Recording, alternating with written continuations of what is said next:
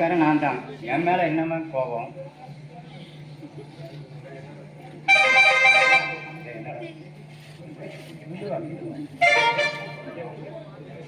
ஐயா, உங்க பொண்ணு பிருந்தா முத்தி வீட்டில தான் இருக்கு.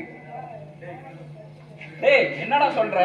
ஆமாங்க ஐயா, முத்துவோட தம்பி கண்ணனுக்கும் பிருந்தாவுக்கும் கல்யாணம் காதலிக்கிறாங்க.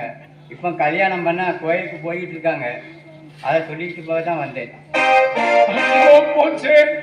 சேகர், உடனே அந்த கர்நாடகருக்கு போன் போட்டு பட்டுக்கிட்ட வர வேண்டாம்னு சொல்றா.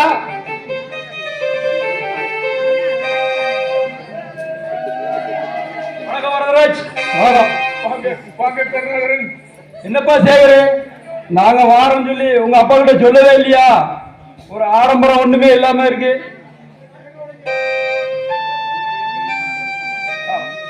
ஊர்லயே பெரிய பணக்கார குடும்பம் ஒரு ஆடம்பரம் இல்லாம வந்துட்டு சொல்லி எதுவும் போகுமா? நம்ம பையனுக்கு தான் ஆடம்பரம் பிடிக்காதுன்னு உனக்கு நல்லா தெரியுமில்லப்பா. என்ன சேகரி, எல்லாரும் அமைதியா இருக்கியா? இந்த கல்யாணத்துல உங்களுக்கு விருப்பம் இல்லையா? நவசக்தி, என்ன மன்னிச்சிடுறா. ஏன்டா, என்னடாச்சு? என் தங்கச்சி உனக்கு கிடைக்க மாட்டாளா? ஏன்டா?